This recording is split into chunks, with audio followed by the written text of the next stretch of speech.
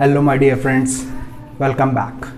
मेरा नाम है Brahmanand Singh and I welcome you all on this YouTube channel. Previous lecture में बेसिकली हम लोग का जो डिस्कशन हो रहा था that was regarding the electromechanical indicating instruments, जिसमें हमने जो हमारे पास तीन बेसिक टाइप्स ऑफ टॉर्क हैं।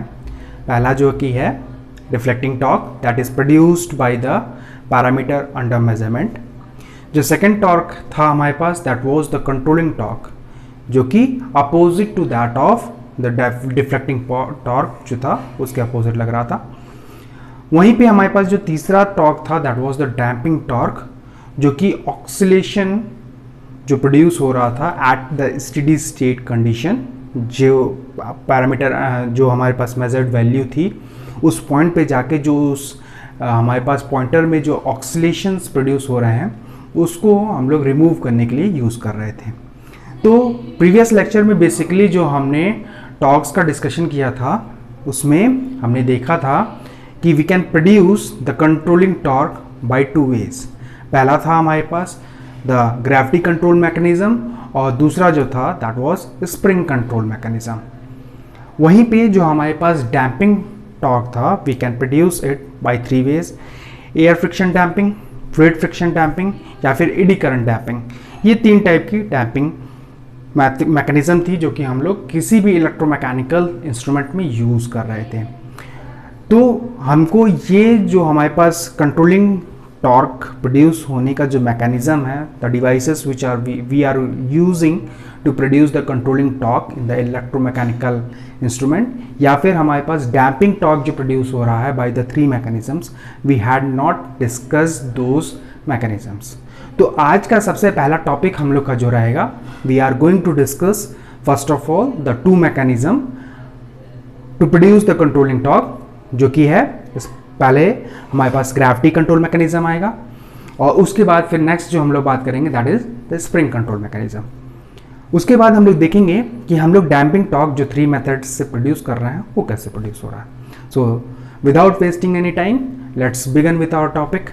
जो हम लोग को देखना है आज हम लोग को देखना है, सबसे पहले हम लोग बात करते हैं कंट्रोलिंग टॉर्क की। तो controlling torque is basically produced by, जो हमारे पास सबसे पहला मेथड है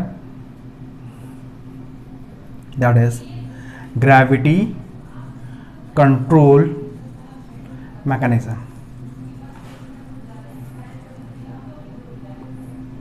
और दूसरा जो है वो है हमारे पास स्प्रिंग कंट्रोल मैकेनिज्म। तो आइए वन बाय वन हम लोग को डिस्कस करते हैं। सबसे पहले हम लोग स्टार्ट करते हैं विथ ग्रेविटी कंट्रोल मैकेनिज्म। तो इसमें हो क्या रहा है, बेसिकली आप लोग सबसे पहला वर्ड जो है उसको देखिए।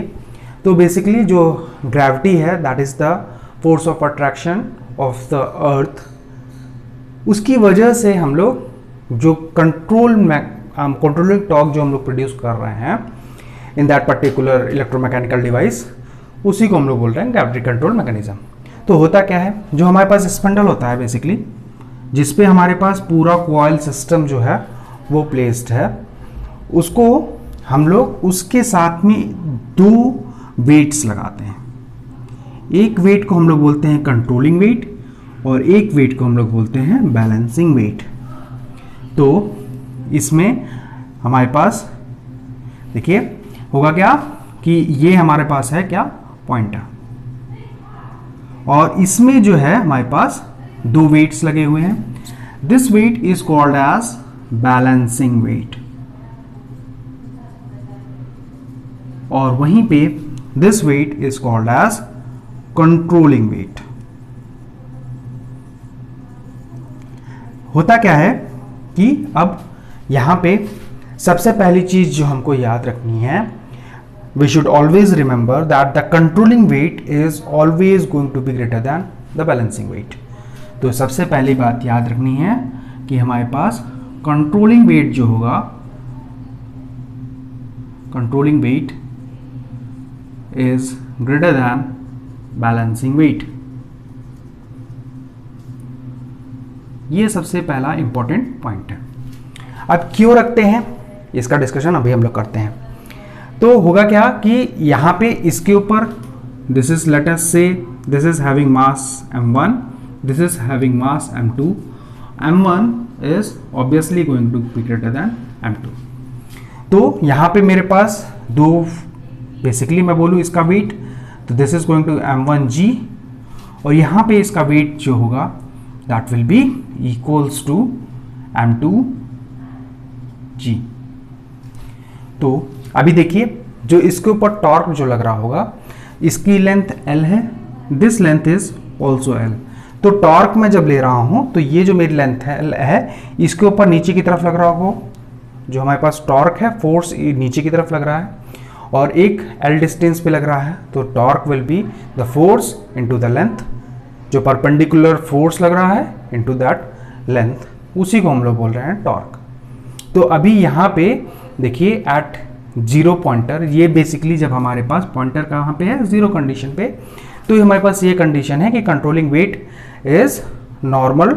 जो हमारे पास देखिए वेट जो आएगा, जो हमारे पास वेट है m1g, उसकी वजह से जो वेट लग रहा है, जो हमारे पास टॉर्क लग रहा है दैट विल बी जीरो, और जो कंट्रोलिंग बैलेंसिंग वेट है उसकी वजह से कुछ ना कुछ सर्टेन टॉर्क लग रहा होगा। अब जैसे ही मैंने इस कॉइल को एक सर्टेन करंट अप्लाई की तो क्या होगा, ये पॉइंटर मेरा टुवर्ड्स द लेफ्ट मूव होने की कोशिश करेगा। तो मान लीजिए मेरा जो पॉइंटर है with N angle theta move कर चुका है। जब थीटा एंगल से ये मूव करेगा तो होगा क्या कि मेरा जो कहते हैं बैलेंसिंग वेट है that will also move by an angle theta. ये जो मास था that will become m2, this angle is theta. वहीं पे जो मेरा कंट्रोलिंग वेट है that will be also moved by at angle of theta, this is m1। तो this angle is also going to be theta, जो ये length है that is L। तो अभी हम देख सकते हैं कि हमारे पास जो दोनों ही हमारे पास वेट मूव हो चुके हैं। तो आइए आप देखते हैं इस कंडीशन में जब हमारा पॉइंटर किसी स्टेडी स्टेट कंडीशन में पहुंच चुका है, यानी जहां पे जो वैल्यू मेजर करनी है वहां पे पहुंच चुका है, तो इसके ऊपर क्या इफेक्ट पड़ रहा है तो देखते हैं हम। तो ये देखिए यहाँ पे जो लेंथ है, अभी देखिए इसका वेट ऐसे एक्ट करेगा टुवर्ड्स द डाउनवर्ड। तो होगा क्या कि हम देख सकते हैं जो लेंथ होगी, जो परपेंडिकुलर लेंथ होगी, this length is going to be L, और ये जो लेंथ होगी that is going to be L cos of theta. जो हमारे पास लेंथ आएगी, जो टॉर्क लगेगा ऑन वेट m2, टॉर्क जो लगेगा इस कंडीशन में that will be equals to m2g, या ऐसा बात करते हैं हम लोग, ये था हमारे पास mg। सो यहाँ पे होगा क्या कि this angle is going to be theta, ये एंगल हमारे पास थीटा है तो this angle is going to be theta. और अभी होगा क्या इस कंडीशन में अगर मैं परपेंडिकुलर फोर्स निकालूं इसके ऊपर, तो this is going to be mg या m2g साइन ऑफ थीटा, और ये होगा this force will be m2g cos of theta. मैंने इसको रिजॉल्व कर लिया है। तो अभी देख सकते हैं कि जो हमारे पास परपेंडिकुलर फोर्स है that is m2g sine of theta, this is m2g sine of theta, और किस लेंथ पे लग रहा है, this is going to act at length L। So this is the torque which is acting on the balancing weight. अभी हम लोग बात करते हैं कंट्रोलिंग वेट की।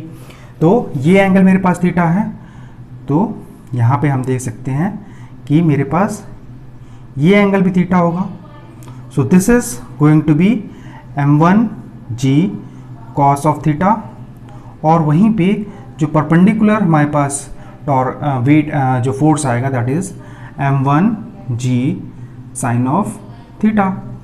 तो अब देखिए m1g साइन ऑफ थीटा जो लग रहा है वो किस लेंथ पे लग रहा है, that is going to be acting at length L। Length देखिए हमारी दोनों की सेम है, तो that is not going to change. तो अब मैं इस कंट्रोलिंग वेट पे टॉर्क कैलकुलेट करूंगा torque is going to be equals to m1g sin of theta into L। तो अब देखिए दो टॉर्क हैं, एक टॉर्क हमारा जो है एंटी क्लॉकवाइज डायरेक्शन में लग रहा है और दूसरा जो है वो क्लॉकवाइज डायरेक्शन में लग रहा है। सो this is acting in clockwise direction और वहीं पे ये जो टॉर्क है वो हमारा किस डायरेक्शन में लग रहा है, this is going to work in anti clockwise direction. तो होगा क्या कि अब हम देख सकते हैं कि हमको फायदा क्या मिला। हमारा m1 जो वेट है, जो मास है, that is greater than the m2। तो obviously this torque is going to be greater than the balancing weight torque. तो होगा क्या कि it will try to move the pointer towards the anti clockwise direction, जबकि हमारा जो deflecting torque है, deflecting torque इस डायरेक्शन में लग रहा है TD। Deflecting torque is trying to move the pointer is in clockwise direction. वहीं पे इन दोनों बैलेंसिंग वेट्स की वजह से जो हमारा टॉर्क, रिजल्टेंट टॉर्क आ रहा है, that is trying to move the pointer in anti clockwise direction.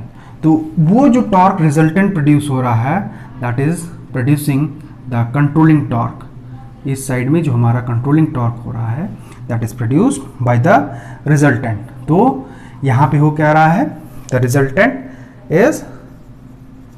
Resultant torque जो आ रहा है TC, that is equals to basically m1g sine of theta into L minus m2g sine of theta into L। अब देख सकते हैं यहाँ g sine theta L जो है that is going to be common, g sine theta into L और m1 minus m2, this is going to be the controlling torque. So the controlling torque depends upon the gravity, the length and the mass। और साथ में एक term देखिए जुड़ा हुआ है, that is sine theta. तो ये टर्म आप लोग याद रखिएगा। You should pause the video and note down if you want to note down. आप लोग बेसिकली यही समझिए कि कंट्रोलिंग टॉर्क का जो हमारे पास लग रहा है, कंट्रोलिंग वेट पे जो टॉर्क लग रहा है, when the pointer has moved by an angle of theta, that is going to be greater than the torque which is being applied on the balancing weight, क्योंकि हमारे पास जो कंट्रोलिंग वेट है that is greater than the balancing weight।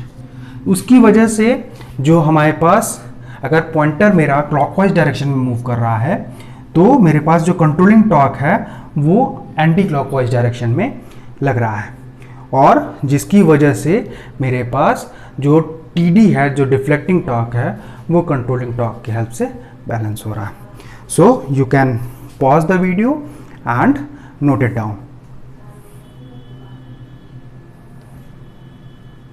देखते हैं हम लोग यहाँ पे हमारे पास कंट्रोलिंग टॉर्क जो आ रहा है that is proportional to sine theta. Basically मैं लेने जा रहा हूँ, यहाँ से हम देख सकते हैं controlling torque is equals to g sin of theta, या बेसिकली मैं लिखूँ g into L m1 minus m2।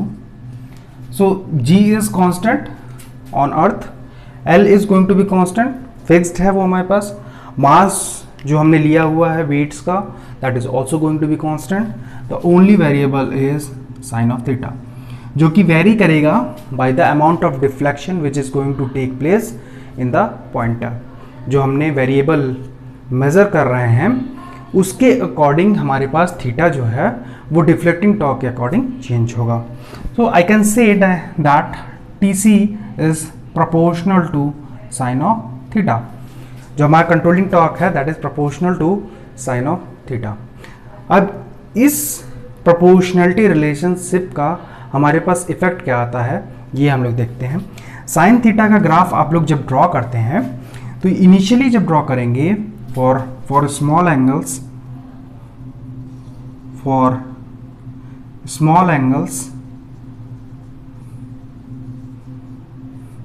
Sign of theta is approximately equals to theta. तो जो हमारे पास स्मॉल एंगल्स हम लोग ले रहे हैं उसके लिए हमारे पास sine theta approximately equals to theta ही हो जाता है। और फिर बहुत ही स्लो चेंज होता है in that the value of sine theta. तो इसकी वजह से हमारे पास जो बेसिकली होता है we obtain an initially cramped scale। Initially cramped scale का क्या मतलब हुआ?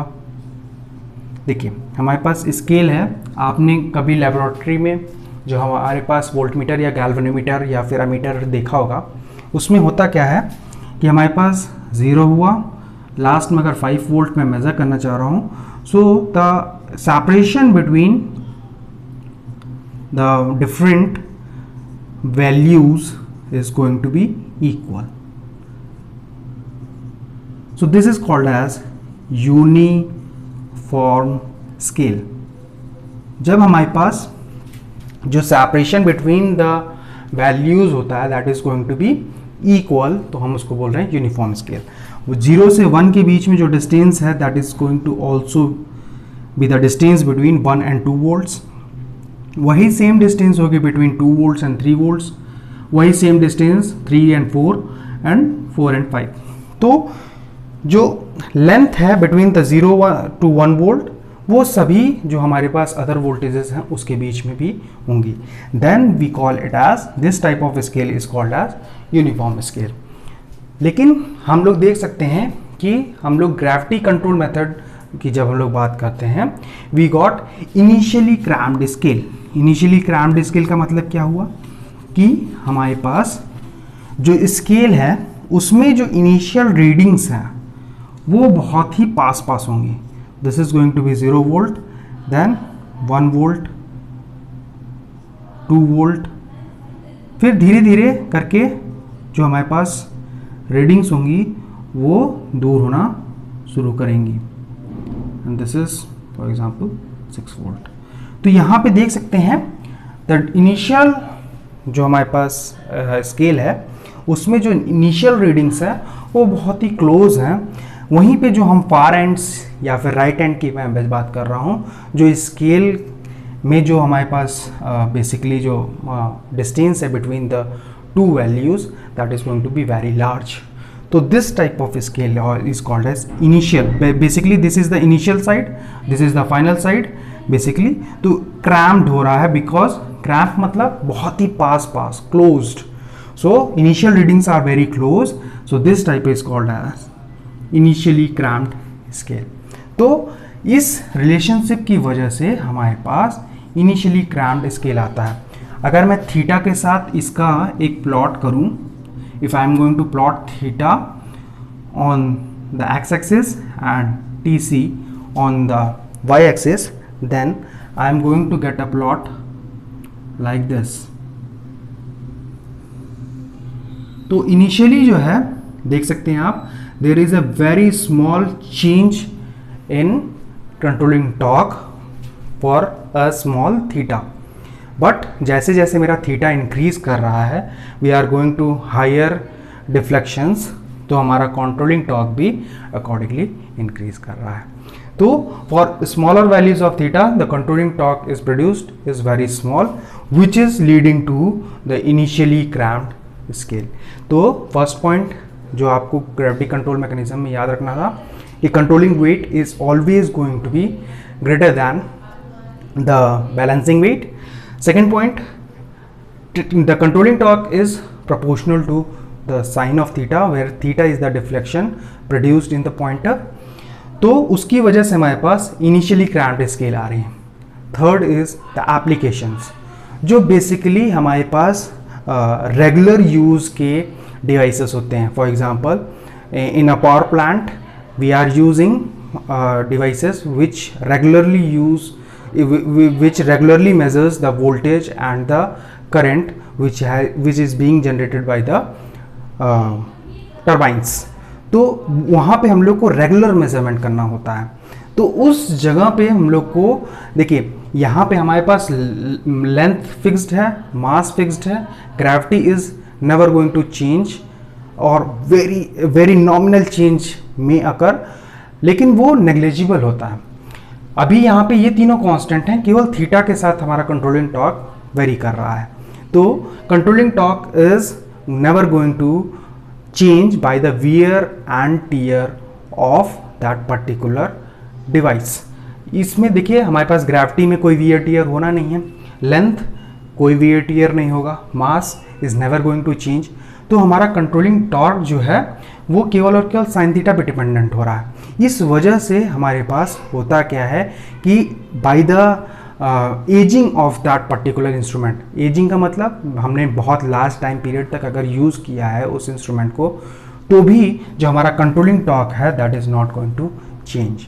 तो इन्वायरमेंटल फैक्टर और एजिंग का फैक्टर जो हम लोग देख रहे थे कि इंस्ट्रूमेंटल एरर्स जो आ रहे थे हमारे पास, that was mainly because of first of all environmental error, दूसरा जो हमारे पास है that is because of ageing when the device is being used for larger period of time. तो वो एरर्स हमारे पास कभी भी ग्रेविटी कंट्रोल मैकेनिज्म में नहीं आएंगे, और इसीलिए जो बेसिकली हम लोग इन डिवाइसेस को यूज़ करते हैं, these are basically used for regular measurement. जो भी आपके पास एनर्जी मीटर होगा या फिर आपके पास कोई वोल्ट मीटर है जिसको जो कि रेगुलरली यूज़ हो रहा है, कॉन्टिन्यूसली यूज़ हो रहा है, तो उस डिवाइसेस में बेसिकली हम लोग ग्रेविटी कंट्रोल मेथड्स का यूज़ करते हैं। तो first of all you should pause the video and note it down, then we will write down the application of gravity control mechanism. This is the third point. Gravity control mechanism is being used for the devices which are being used for continuous measurement. Continuous measurement जहाँ हम लोग को करना है, या फिर regular measurement, you can write regular measurements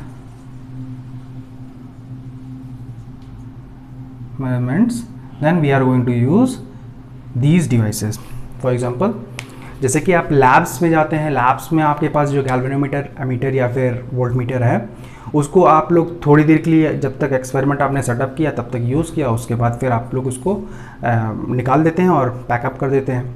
so those instruments are never going to use the gravity control mechanism, they basically use spring control mechanism. और उसके अलावा जो कॉन्टिन्यूस मेजरमेंट के लिए यूज़ हो रहे हैं, those use spring control gravity control mechanism. So you should pause the video and note it down, then we are going to discuss the spring control mechanism. We are going to deal with the another mechanism that is called as spring control mechanism. Spring control mechanism, जैसा कि अभी हम लोग देखेंगे, we use a spindle जिसके ऊपर हमारे पास जो कॉइल होता है वो प्लेस्ड होता है, और इस स्पिंडल पे बेसिकली हम लोग क्या करते हैं, वी प्लेस टू स्प्रिंग्स। एक हमारी जो स्प्रिंग होगी that is going to be in clockwise direction, the other is going to be in anti clockwise direction. तो अगर मैं एक स्प्रिंग की बात करूं, so one spring is going to be in clockwise direction, the other spring is going to be anti clockwise direction. तो जैसा कि एज्यूम कर लीजिए ये मेरे पास स्पिंडल है, one spring is going to be in clockwise direction, इस तरह से होगी, तो दूसरी स्प्रिंग इस तरह से होगी।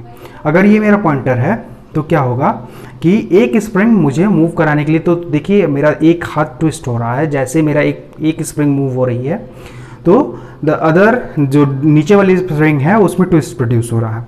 सो that is going to produce the controlling torque, और जिसकी हेल्प से हमारे पास जो स्प्रिंग होगा, देखिए दोनों के दोनों ही स्प्रिंग हमारी खिंच रही हैं, तो उसकी वजह से एक कंट्रोलिंग टॉर्क इसके ऊपर प्रोड्यूस होगा जो कि पॉइंटर को back to the zero position लाने की कोशिश करेगा। तो when parameter under measurement has been applied on that particular instrument, तो होगा क्या कि ये एक प्रोड्यूस करेगा डिफ्लेक्टिंग टॉर्क, जिसकी वजह से मेरे पास जो दोनों के दोनों स्प्रिंग है that is going to stretch, और उस स्ट्रेच होने की वजह से it will going to produce controlling torque on that particular spindle, और जिसकी वजह से मेरे पास जो पॉइंटर है वो स्टेडी स्टेट पोजीशन में रुक जाएगा at the point of measurement. तो ये हमारे पास दो स्प्रिंग है, एक हमारे पास होगी इन क्लॉकवाइज डायरेक्शन और दूसरी होगी इन anti clockwise direction.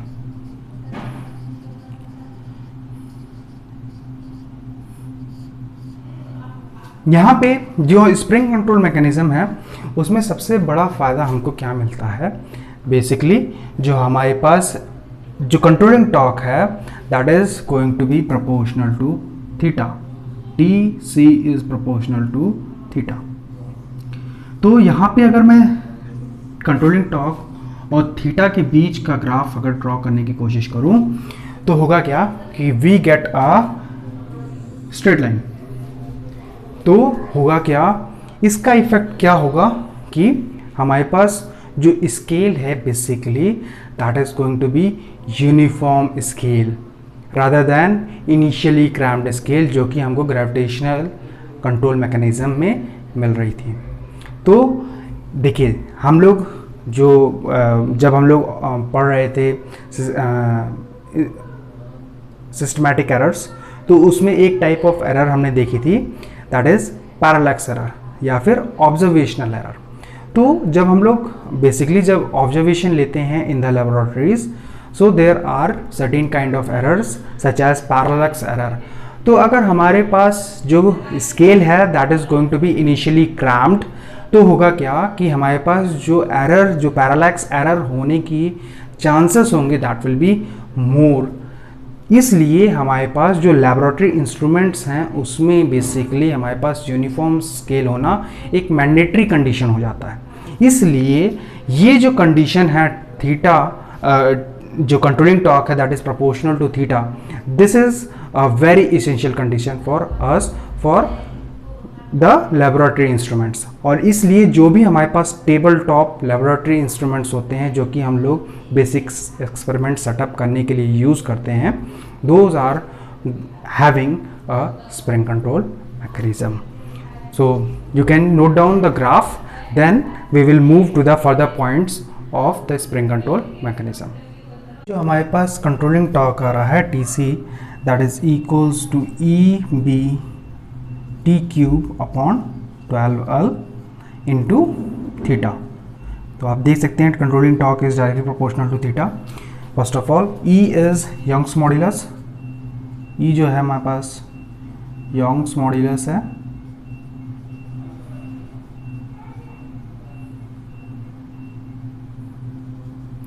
Young's modulus in newton पर मीटर स्क्वायर। वहीं पे हमारे पास B जो है that is the width, that is the width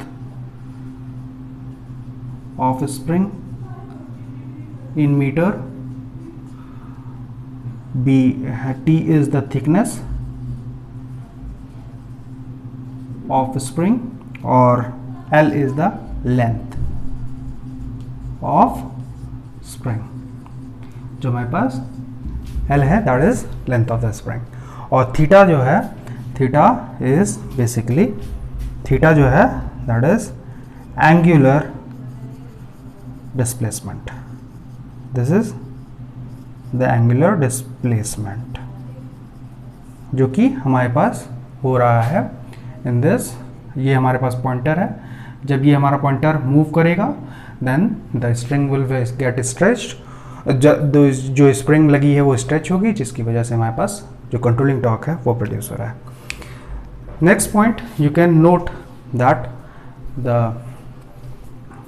ये फिगर आप लोग नोट कर लीजिए। अभी हम लोग देखते हैं कि हमारे पास जो फर्स्ट पॉइंट है ये ऑलरेडी हम डिस्कस कर चुके हैं the graph. The second point is these instruments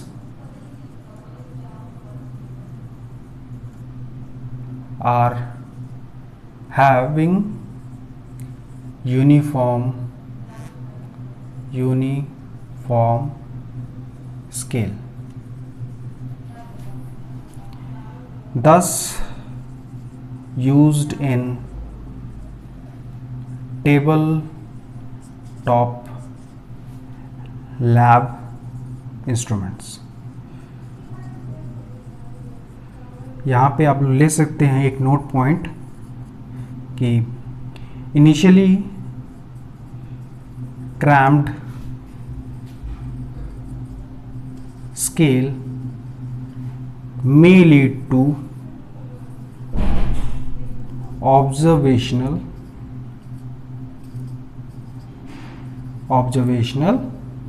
errors. तो first of all you should note these 3 points. First point ये है हमारे पास, this is the first point. उसके बाद this is the second point. First of all you should note these points, then we will move to the third point. तो यहाँ पे हम थर्ड पॉइंट देख सकते हैं. बेसिकली जो हमारे पास स्प्रिंग है वो बार बार स्ट्रेच और अनस्ट्रेच होगी. आप देख सकते हैं अगर मेरे पास ये एक पॉइंटर था तो ये मेरी स्प्रिंग जो है, जब ये पॉइंटर स्पिंडल मूव कर रहा है तो एक स्प्रिंग स्ट्रेच हो रही है, एक स्प्रिंग रिलैक्स हो रही है. So there is continuous stretch and unstretch of the spring.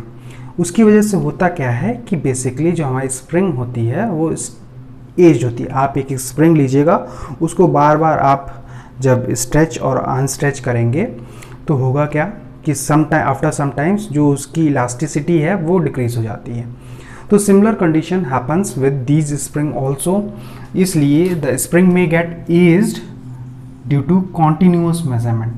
Continuous measurement की वजह से जो हमारे पास स्प्रिंग है दैट में गेट एज्ड. इसलिए कभी भी हम लोग इंस्ट्रूमेंट्स को बेसिकली कॉन्टिन्यूअस मेजरमेंट के लिए हम लोग नहीं यूज़ करते हैं. कॉन्टिन्यूअस मेजरमेंट के लिए जैसा कि हमने बात की, we are going to use the gravity control mechanism. Secondly जो हमारे पास स्प्रिंग है उनकी कैरेक्टरिस्टिक्स की बात कर लेते हैं हम लोग.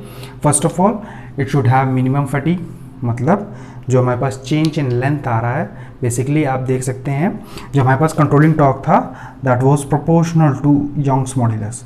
Young's modulus is basically change in length by the original length. तो यंग्स मॉड्यूलस जो होना चाहिए दैट इज मिनिमम पॉसिबल, जो कि इंश्योर करेगा minimum fatigue in that particular spring. Secondly देखिए जो हमारा पूरा सिस्टम होगा, इलेक्ट्रोमैकेनिकल सिस्टम होगा, जो मूविंग मैकेनिकल पार्ट्स हैं, those are going to be placed in a magnetic field, strong magnetic field. Bar magnet की हेल्प से हम लोग बेसिकली एक स्ट्रॉन्ग मैग्नेटिक फील्ड प्रोड्यूस करेंगे जिसमें कि कॉइल, पॉइंटर, स्पिंडल और spring system will get placed. तो जो हमारी सेकंड कंडीशन होनी चाहिए कि हमारे पास जो स्प्रिंग है that should be non magnetic. अगर वो मैग्नेटिक होगी तो जो हमारे पास फ्लक्स है वो बार मैग्नेट से कॉइल के साथ साथ जो हमारे पास स्प्रिंग टॉप और बॉटम पे प्लेस्ड हैं स्पिंडल के, उसको भी इफेक्ट करेंगी. So the second condition is that the spring should be made up of non magnetic material. और जो हमारे पास अभी in the present time we make those springs by the help of the material called as phosphobronch. This is a non-magnetic material and which is having very low Young's modulus. तो fatigue भी नहीं होता है plus non magnetic है. तो इस वजह से हम लोग इसके स्प्रिंग्स जो है वो यूज़ करते हैं. तो these are the points related to the spring control mechanism. तो आज हमने बेसिकली ग्रेविटी कंट्रोल मैकेनिज्म और स्प्रिंग कंट्रोल मैकेनिज्म जो है दोनों को डिस्कस कर लिया है. ग्रेविटी कंट्रोल मैकेनिज्म में आप लोग एक पॉइंट और ऐड कर लीजिएगा. These are basically these are used, this mechanism is used, this mechanism is used in vertically placed continuous measuring instrument panel.